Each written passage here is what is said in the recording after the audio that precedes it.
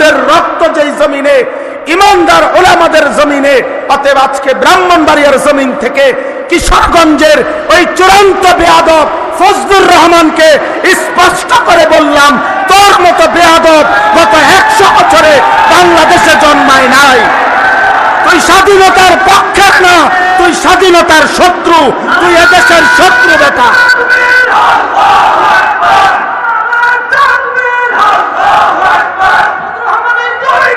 জুতা মারো তালে তালে।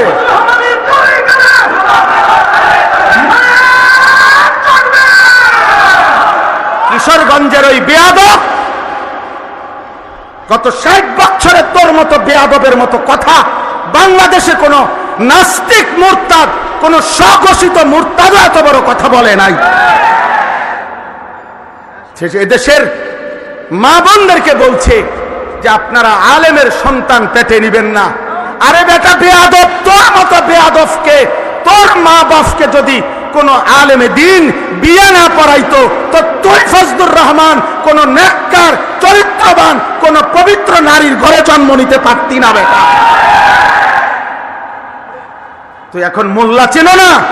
ইসলাম এক জিনিস, মোল্লাতন্ত্র আরেক জিনিস। ইসলাম তোর আব্বার, ইসলাম তোর বাপের নাকি বেটা? হ্যাঁ, ইসলাম তুমি আনছো নাকি? এজন্য এটা স্পষ্ট, এই বেয়াদব চূড়ান্ত বেয়াদব বাংলাদেশের জমিনে ইনশাআল্লাহ এমন নিকৃষ্ট বেয়াদবের বিচার হবেই হবে ইনশাআল্লাহ, কোন সন্দেহ নাই ইনশাআল্লাহ।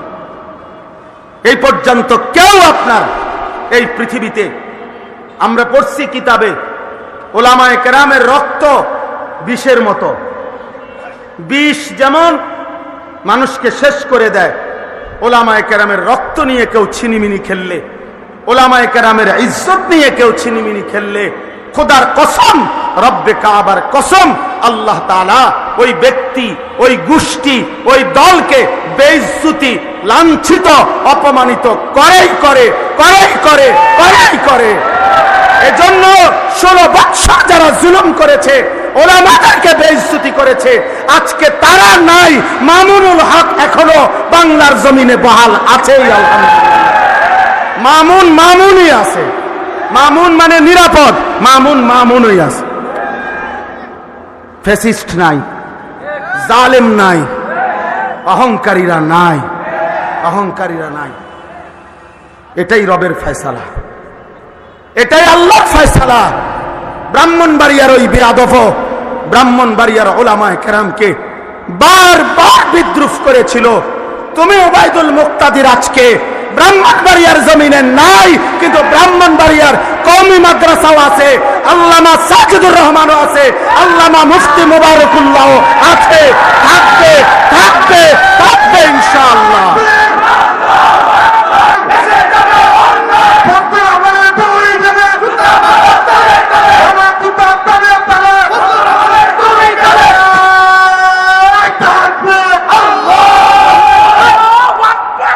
এটা ভুলে গেলে চলবে না ইনশাআল্লাহ, ইনশাআল্লাহ বলেন ইনশাআল্লাহ। হ্যাঁ, মুসলমান 16টি বছর আমাদেরকে জঙ্গিবাদ, এই সমস্ত উগ্রবাদ, এই সমস্ত শব্দ আছে, থাকবে ইনশাআল্লাহ। এজন্য জিহাদ থাকবে কিনা বলেন ইনশাআল্লাহ। 10ই মে শনিবার ফজরের নামাজের পরে সালাম ফিরায়া পাকিস্তানের মধ্যে মুজাহিদ সেনাবাহিনী ভারতের উপরে যখন আক্রমণ করেছিল, চূড়ান্ত 3 ঘন্টার ব্যবধানে আমেরিকার থেকে ফোন আসছে, বন্ধ করে দাও, পারতা না। শেষ পর্যন্ত মোদি বন্ধ করে দিয়েছে। এজন্য যে রব্বুল আলামিন মোদিকে বেইজ্জতি করেছে, সেই ইনশাআল্লাহ আল্লাহ। চলেন আমি আমার এই প্রথম কথায় আবার ফিরে আসি। সম্মানিত হাজিরিন, ইব্রাহিম আলাইহিস সালাম, আমি ওনার কথা বলতেছিলাম। ইব্রাহিম আলাইহিস সালাম মহান আল্লাহ পাকের নবী, আল্লাহ তাআলা তাকে অগণিত মর্যাদা দিয়েছেন। তাফসীরের মধ্যে আছে, হযরত আব্দুল্লাহ ইবনে আব্বাস রাদিয়াল্লাহু তাআলা আনহুমা বলছেন, আল্লাহ তাআলা ইব্রাহিম আলাইহিস সালামের মোট 30টা পরীক্ষা নিয়েছেন। কোন কোন মুফাসসিরিনে কেরাম বলছেন আল্লাহ তাআলা ইব্রাহিম আলাইহিস সালামের 70টা পরীক্ষা নিয়েছে। এই সমস্ত পরীক্ষায় উত্তীর্ণ হয়ে ইব্রাহিম আলাইহিস সালাম চূড়ান্তভাবে গোল্ডেন এ প্লাস পাইছেন, মানে চূড়ান্তভাবে উত্তীর্ণ হয়েছে। এখন সংক্ষেপ একটা কথা হলো, পরীক্ষাগুলো ছিল কি বিষয়ে? এক বিষয়। পরীক্ষা ছিল মূলত একটা বিষয়, পরীক্ষার আইটেম ভিন্ন ভিন্ন, কিন্তু বিষয় একটাই। একটা বিষয় কি? মহান আল্লাহ পাক রব্বুল আলামিন ইব্রাহিম আলাইহিস সালামের পরীক্ষা নিয়েছেন যে একটা বিষয় শুধু দেখতে চাইছেন, ছোট্টবেলার থেকে শেষ পর্যন্ত ইব্রাহিমের কলিজায় আল্লাহ তাআলার মহব্বত বেশি নাকি গায়রুল্লাহর মহব্বত বেশি? মানে আল্লাহ ভিন্ন অন্য কিছুর ভালোবাসা এক মিনিটের জন্য ইব্রাহিমের কলিজায় বেশি আসে কিনা, নাকি আল্লাহর ভালোবাসাই সর্বদা সর্বোচ্চ? এইটা আল্লাহ তাআলা ইব্রাহিম আলাইহিস সালামের মাধ্যমে পরীক্ষা করেছেন। এই জন্য ছোট্টবেলার থেকে একেবারে বাপ মার ঘরে, মূর্তি পূজক মা বাবার ঘর থেকেই তিনি পরীক্ষা দিছেন। বাবা মা মূর্তি পূজা করত, সেখান থেকে তিনি মূর্তির বিরোধিতা করে বাবা মাকে পর্যন্ত ছেড়ে দিয়েছেন। বলেছেন, কোরআনে আছে, ওনার আব্বা বলছে, ইব্রাহিম তুমি যদি মূর্তির বিরোধিতা না ছাড়ো, লা আরজুমান্নাকা, আমি তোমাকে পাথর মেরে মেরে ফেলবো, ওয়াহজুরনি মালিয়া, তেজ্য পুত্র করে দেব। ইব্রাহিম আলাইহিস সালাম বলছেন, আতাজিলুকুম ওমা তাদউনা মিন দুনিল্লাহ, আব্বা আপনাদেরকেও আমি ছেড়ে দিলাম, আপনারা যেই মূর্তির পূজা করেন আল্লাহকে বাদ দিয়ে, এগুলোকেও আমি ছেড়ে দিলাম। ওয়া আদউ রাব্বি, আমি কেবল আমার রব আল্লাহকে ডাক দিলাম। আসা আল্লাহ আকুনা বিদুআই রাব্বি শাকিয়া, আমি বিশ্বাস করি বাপ আমার ওই মহান রবকে ডেকে কেউ কোনোদিন বঞ্চিত হয় না। আল্লাহকে ডেকে কেউ হারে না, আল্লাহকে ডেকে কেউ বঞ্চিত হয় না। এই যে ছোটবেলা আগুনের কুণ্ডলিতে পরীক্ষা দিছে, জিব্রাইল, ইসরাফিল, মিকাইল, আজরাইল, চারজন ফেরেশতা পর্যন্ত আইসা সাহায্য করতে চাইছে যে ইব্রাহিম আপনি বললে আমরা আগুনের কুণ্ডলি থেকে আপনাকে হেফাজত করব। ইব্রাহিম আলাইহিস সালাম বলছে, তোমরা সরো, যার জন্য আমি আগুনে পড়তে যাচ্ছি সেই মহান আল্লাহ রব্বুল আলামিন আমাকে দেখতেছেন। হাসবি আল্লাহ, আমার আল্লাহই আমার জন্য যথেষ্ট। তো ফেরেশতাদের সাহায্যের আবদার প্রত্যাখ্যান করে পরীক্ষায় উত্তীর্ণ হয়েছেন।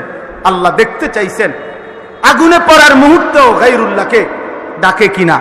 না ডাকে নাই। কাকে ডাকছে বলেন না? কাকে ডাকছে? আল্লাহকে ডাকছে। 84 বছর বয়সে আল্লাহ তাআলা ইসমাইল আলাইহিস সালামকে ওনার সন্তান হিসাবে দান করছেন। এই ইসমাইলকে নিয়ে বড় 3টা পরীক্ষা নিছে আল্লাহ ওনার কাছ থেকে। 1 নম্বরে ওনাকে প্রথম বলছে যে তোমার সীমাহীন কান্নাকাটিতে আমি তোমাকে ইসমাইলের মতো সন্তান দিলাম, তবে তারে কোলে নিতে পারবা না, তাফসিরে আছে, আদর করতে পারবা না, চুমা দিতে পারবা না, শুধু তাকায় তাকায়া দেখবা। তিনি বলছেন, মাওলা আমি মানি, আমি আপনাকেই ভালোবাসি, সন্তানকে না, আপনাকেই বেশি ভালোবাসি। কয়দিন পরে আল্লাহ বলছে, ইব্রাহিম ছেলেটাকে এতদিন তো দেখতে দিছি, এখন আর দেখতেও দেব না, চোখের আড়ালে তার মা হাজেরা এবং ইসমাইলকে দূরে দিয়ে আসো, চোখের আড়াল করে দাও। ইব্রাহিম আলাইহিস সালাম বললেন, আল্লাহ আমি এটাও মানি, আমি আপনাকেই বেশি ভালোবাসি, দিলাম চোখের আড়াল করে। তো আল্লাহর ঘর কাবার কাছে রেখে আসছেন। কিছুদিন পরে আল্লাহ তাআলা বলছেন, ইব্রাহিম প্রথমত আদর করতে দেই নাই, তারপরে চোখের সামনে রাখি নাই, এবার আমি তোমার চূড়ান্ত পরীক্ষা নিতে চাই, সেটা হলো সন্তানটাকে জবাই করে আমারটা আমারে দিয়ে দাও। এবার আর চোখেও দেখবা না, চোখের আড়ালেও রাখবো না, জবাই করে দাও। ইব্রাহিম আলাইহিস সালাম বললেন, মাওলা আমি পাশ করতে চাই, মাওলা আমি হারতে চাই না, আমি জিতবই, আমি আপনাকেই সবচেয়ে বেশি ভালোবাসি। এই কারণে ইব্রাহিম আলাইহিস সালাম সত্যি সত্যি সন্তানের গর্দানে ছুরি রাখছেন। আল্লাহ তাআলা সেই চূড়ান্ত পরীক্ষায় আল্লাহ তাআলা উত্তীর্ণ ঘোষণা করছেন, কাদ সাদ্দাক্তার রুইয়া, হ্যাঁ ইব্রাহিম পরীক্ষায় কামিয়াব, তুমি সফল, তুমি কামিয়াব।